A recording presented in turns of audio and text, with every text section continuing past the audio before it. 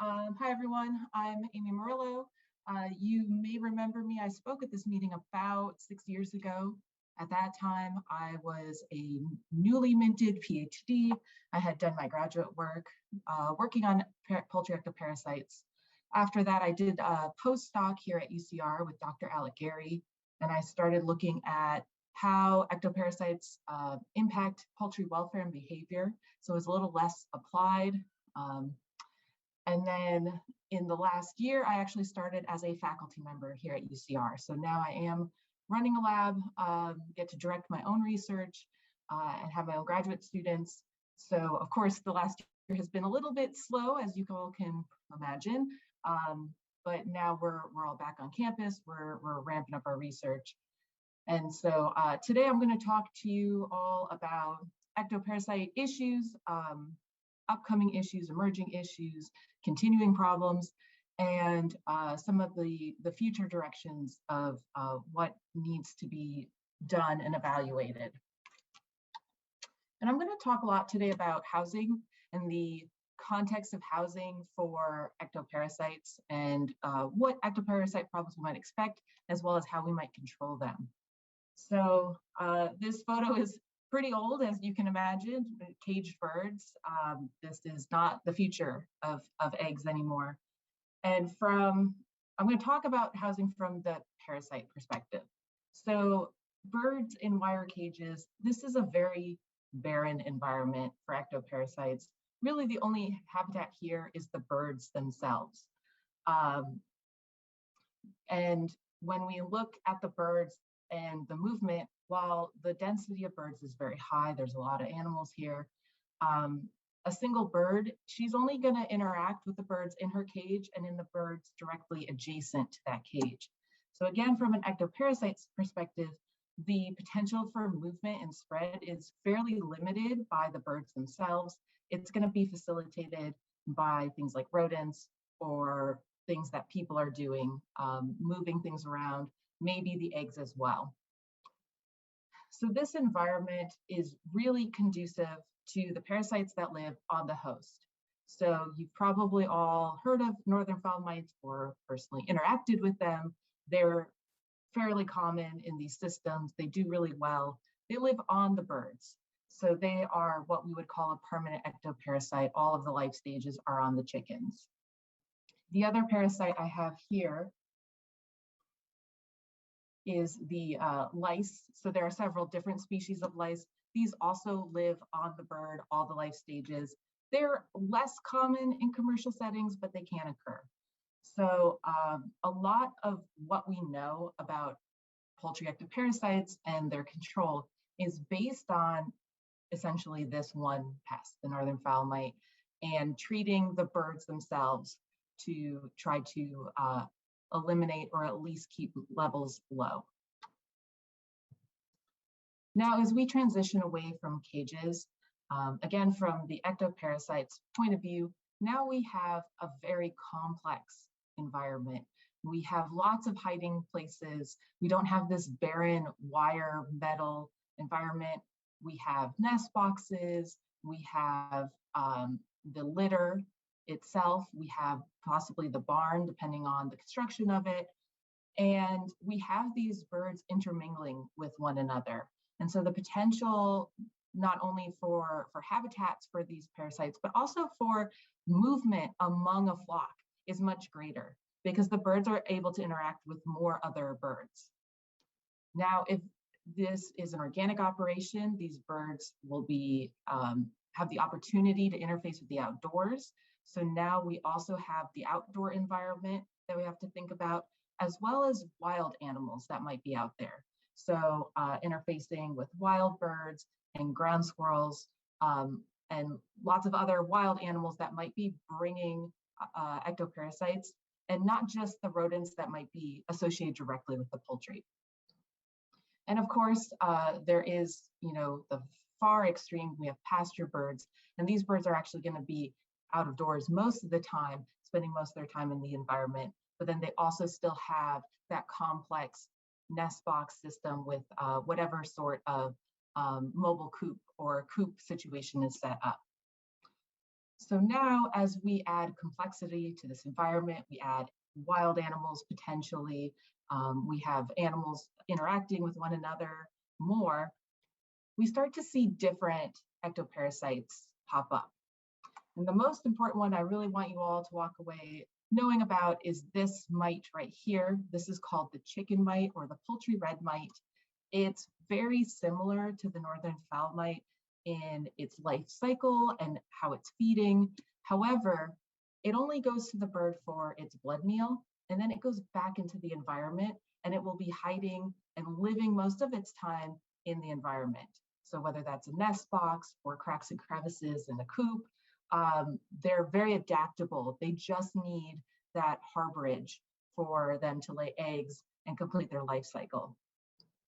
This is not a new pest. It's new to us, but if we look back at poultry pests from the early 1900s, this was actually the #1 pest. All the old literature, all the old USDA pamphlets are about this mite because it was so ubiquitous and such a problem.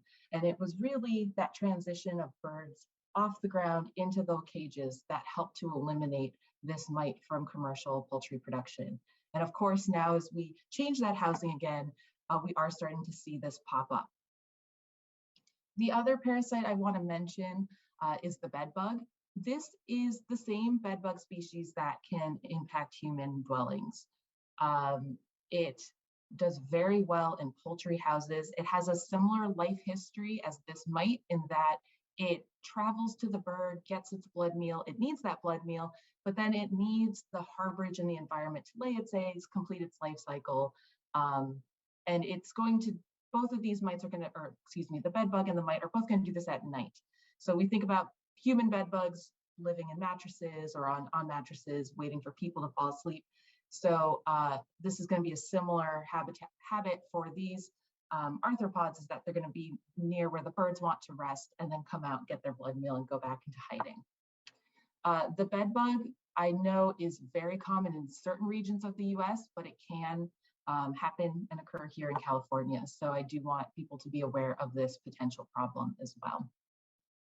And of course, we still have these other parasites that live on the birds because, you know, the bird is their home, their habitat. They don't actually care where the birds are or what kind of housing they're in. So not only do we have these new problems emerging, we still have the old problems that we need to think about and try to do something about.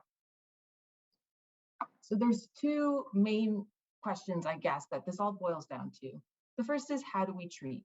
When we had birds in cages and parasites only on the birds, spraying the birds in the cages was a viable option. That's no longer going to be feasible moving forward. We can't really spray all these birds that are running around on the ground in these cage-free environments. We also have to think about the environments themselves. If we have chicken mites or bed bugs that are actually living in the environment and you know, we want to try to treat them somehow, maybe in between flocks, that's a really complex environment. How are we actually going to treat all of those cracks and crevices and all of those hiding spots? Is that feasible? You know, this is really you know, a major concern moving forward, is how do we do the treatments? And then what do we treat with? In California right now, there's really only 2 types of materials approved for use.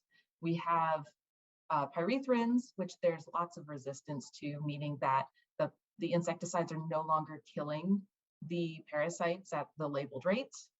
And then we have something like Ravac, which is an organophosphate. And while I personally have found it to still be effective, it's not likely that this product will be around forever because it does have such a strong mode of action. And then, of course, if you are trying to raise birds organic or anything like that, these products are not going to be available. So not only do we need to think about what we're treating with, but we also need to think about how we might actually treat the birds. This is something I have talked about before. During my PhD, we actually tested letting the birds treat themselves. There's lots of advantages here. There are lots of advantages to letting the birds treat themselves. It's less stressful for the birds. It could reduce labor costs. It could also be something that could be done by the birds, throughout the cycle, laying cycle. So it wouldn't have to be like a scheduled treatment. They could have access to this continuously. Now at UCR, we actually tested using food grade diatomaceous earth. This is a natural insecticide, and mixing it in with sand. And what we found is that we greatly reduced northern foul mite populations with this type of dust bathing situation. And another thing that I think is really cool about this is we saw really reduced numbers when those birds were beak trimmed using infrared technology. So we saw almost no mites at all when we had dust boxes and these birds beak trimmed. There are some issues with this. I'll be upfront. So first of all, the beak trimming, I don't know how common this is anymore. If people are still using the infrared, because I know there were some issues with this, with regrowth and it not being maybe the easiest thing to do. So I don't know how popular of a practice this is anymore. And with the dust boxes themselves, this has only been tested, on a research facility. This really needs to be done on a commercial scale in a careful way so that we can make more specific recommendations. How many boxes in, a flock of thousands of birds? How frequently does it need to be cleaned out? Stuff that would actually be a lot more applicable to people like you who want to use it in your operations. So while this has worked on the research scale, it really does need further testing. Another treatment that we tested that was very successful was using sulfur deployed in these dust bags. Sulfur is approved for use in poultry, but if you look at the label, it's usually applied as like a slurry or as a fog almost, like a dusting of the house. And that can have a lot of issues. It's not great environmentally. It's not great for human health. And also it can leave like a very strong smell. And depending on, the egg cycle and everything, you don't want the eggs smelling like sulfur. It can be very unpleasant. However, when we were using the sulfur deployed like this, so this is just a cotton gauze bag that we put sulfur in, we hung it in the cages and the birds just bumped up against them, periodically throughout the day. It was a very small amount of sulfur that was actually coming out of the bag, getting on the birds. And we saw 100% reduction of northern foul mites in just 3 weeks. And these birds had been very heavily infested before we actually put out these bags. So this is another thing that could potentially work to treat the birds. It's, the birds are essentially self-treating themselves when they bump into these bags, but they do need to be put out initially. And this is another potential treatment that really needs further testing out in the field. We do think that this could work in a cage-free environment if these bags were put in nest boxes. But every single nest box getting a bag is definitely not practical, but it's also probably not needed. So this is another thing that we need some careful on-farm testing. Something that is really popular in insect control right now is the use of essential oils. Even for poultry mites, this is really common to test this in the lab. So we do know that if you bring mites into the lab and you expose them to certain essential oils, you will kill mites, which is great. But it doesn't really help you because your mite problems aren't in a lab, they're in the real world. So this winter, my lab will actually be testing several different essential oils on the birds to see if this might work for on-animal control. This is really just the first step. We hope that this might work on the bird and in this like complex environment and actually still kill the mites. But we're also going to make sure that we don't see any negative effects to the birds, that we don't see any negative effects to the actual production of the birds.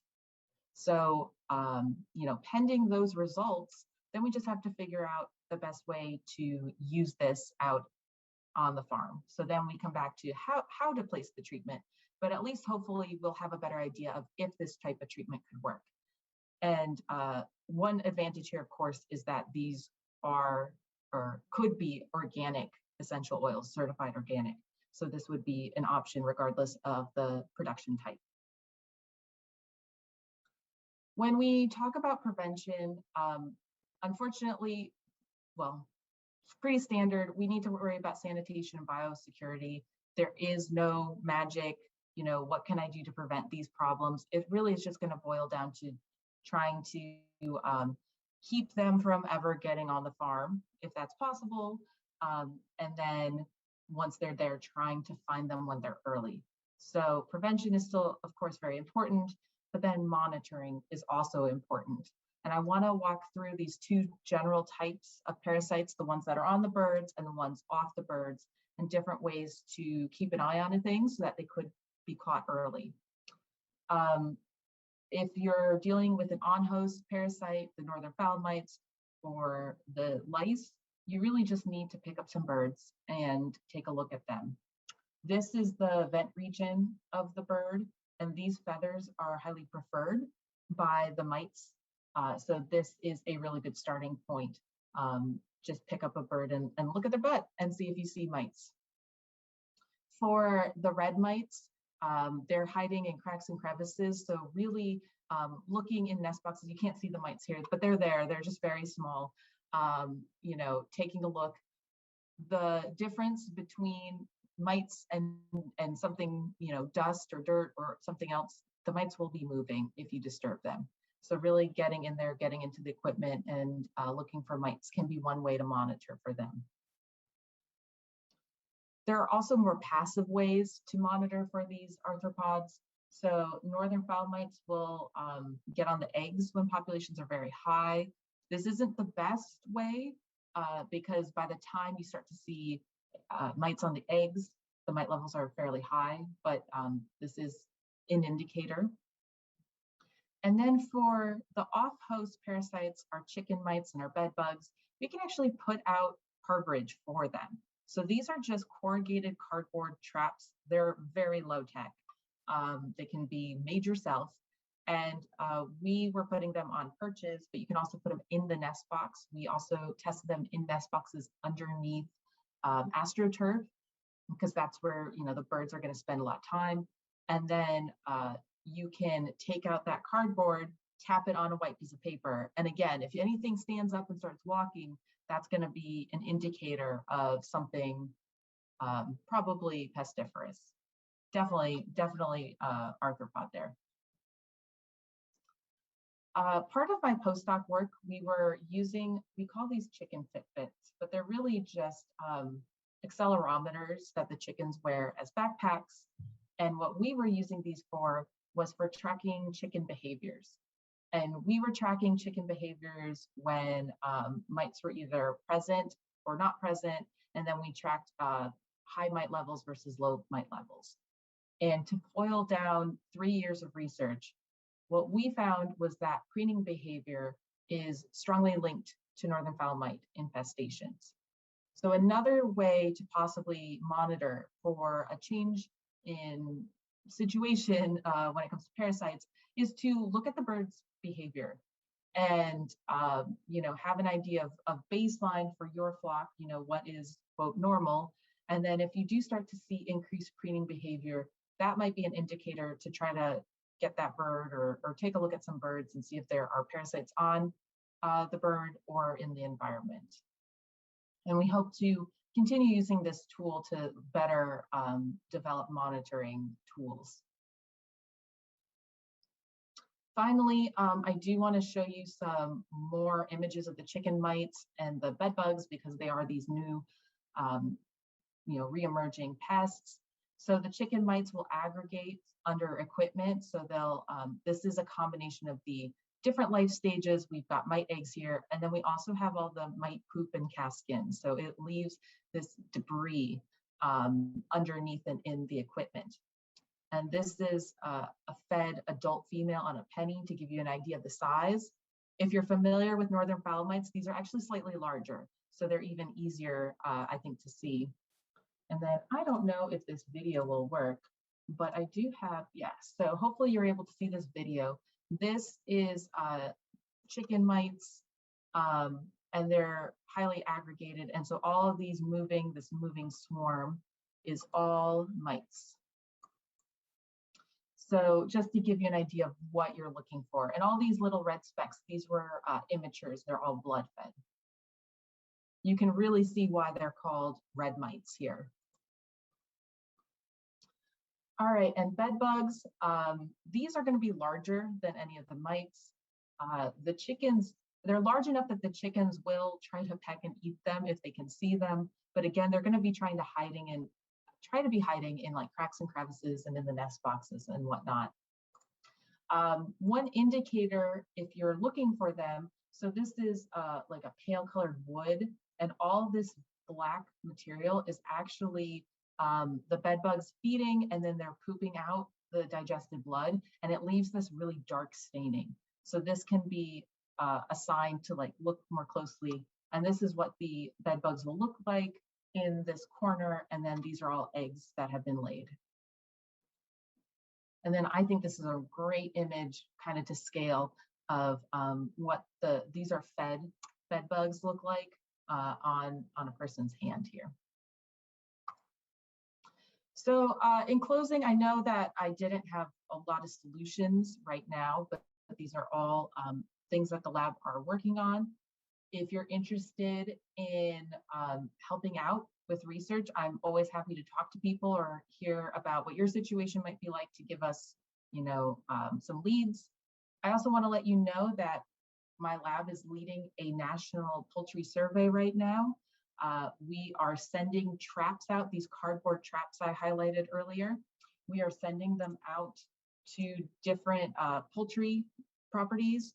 No one comes out to your farm. There's instructions for how to put these traps out, and then you leave them out for 2 weeks and you mail them back to us and we sort through them. So this is what a really mite infested trap would look like. And we will let you know what we find. And we're gonna collate all this information, and everything will be anonymous. We'll keep all of your information confidential and have an idea of how prevalent these pests really are across the United States. So real quick summary, housing is going to influence our pests and also how we do treatments. We do need more treatment tools, and we need to really validate a lot of these tools on farm so that they're actually useful for you. And finally, the monitoring is also going to vary by our pest species. And with that, this is my contact information. Thank you so much for inviting me today, and I'll be happy to take your questions.